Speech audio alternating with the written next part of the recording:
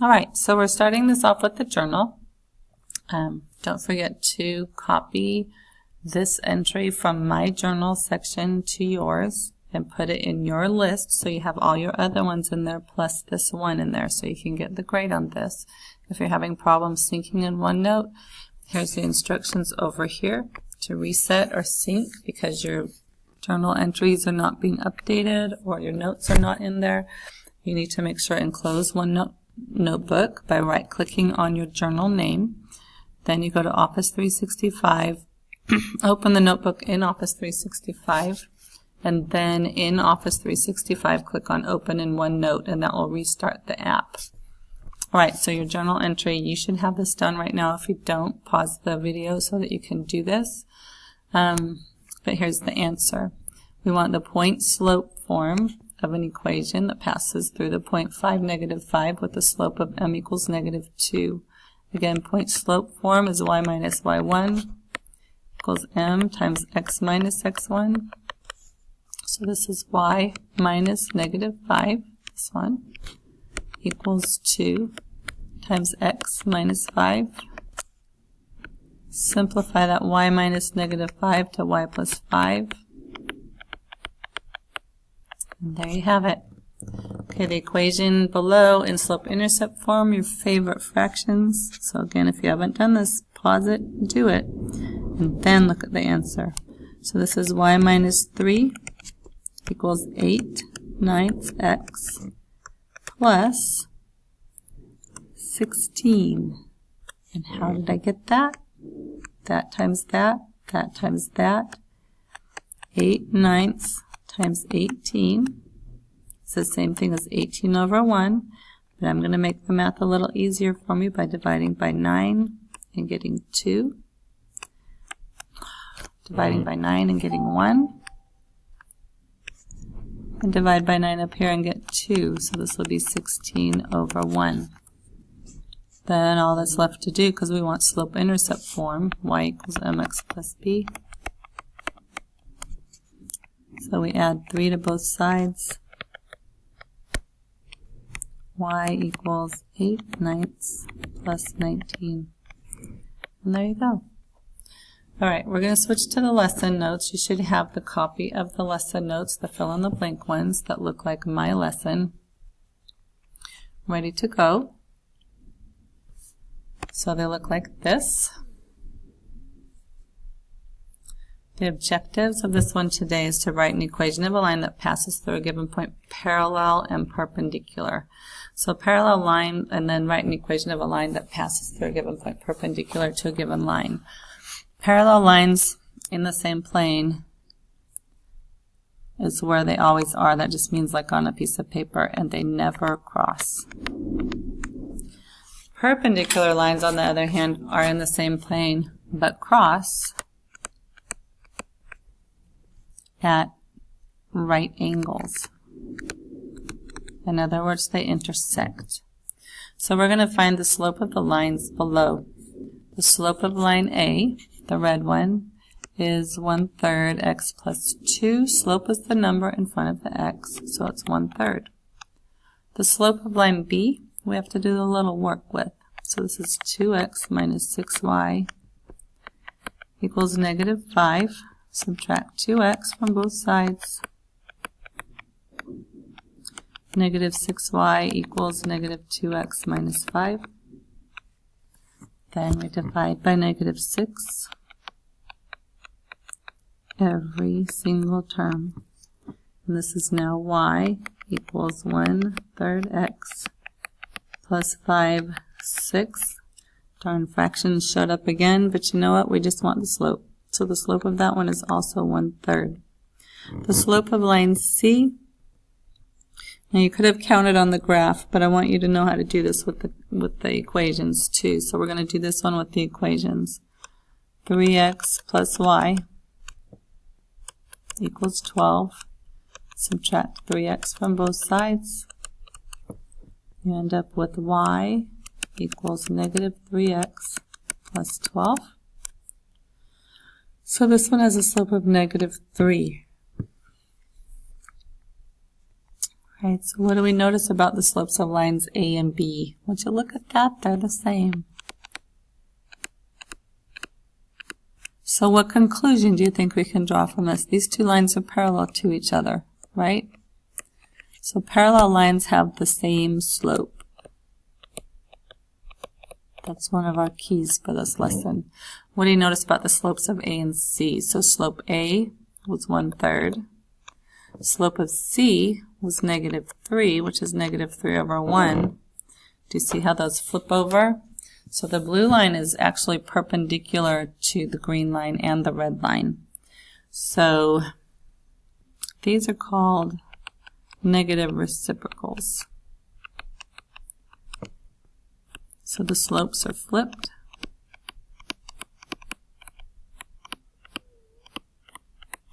And the signs are changed. So the signs are different.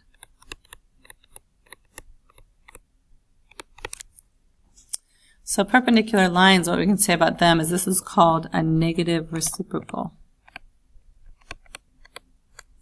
So perpendicular lines have slopes that are negative reciprocals. So all of these have to do with the slopes and nothing to do with the y-intercept, right? Okay, the negative reciprocal, we got to make sure you got that definition. So if 4 is the slope of a line, we want the negative reciprocal. The negative reciprocal of this would be -1/4. The sign is changed. This next one, the negative reciprocal, it's positive, so it would be -4/5. Well, number 2 is already negative, so to do the negative of a negative, that would be plus. 2 is 2/1, so the negative reciprocal is 1/2. The negative reciprocal of 1/3 is 3/1. The sign is negative, so we change that sign to positive, so that equals 3. Turns out, too, when you multiply negative reciprocals, you end up with -1. So the product of slopes of perpendicular lines is -1. Okay, so just to sum up, parallel lines have the same slope. Perpendicular lines have slopes that are negative reciprocals, and the product of slopes of perpendicular lines is -1. So let's check and make sure you got this. So look at this. We have two lines we have to compare. We have to decide if they're parallel, perpendicular, or neither. We're just going to use the slope. This has a slope of 3. This one has a slope of 3. So these are parallel because parallel lines have the same slope. This one has a slope of 2. This one is in standard form, so you can switch it. But in standard form, if you can remember, the slope equals negative b/a, I believe. So let's check it first. Subtract x from both sides. 2y equals negative x minus 14. Divide by 2 every single term. So this is now y equals negative 1/2 x minus 7. So let's see, for this one, a was 1, b was 2. So if I use the formula of negative a over b, let's check it out and see. This will be a was 1, there's a negative. If a was 1 and b was 2, if I use this quick little handy thing, the slope is negative 1/2, which is what we got right there. So this one has a slope of -1, this one has a slope of 2. They're negative reciprocals, so these are perpendicular.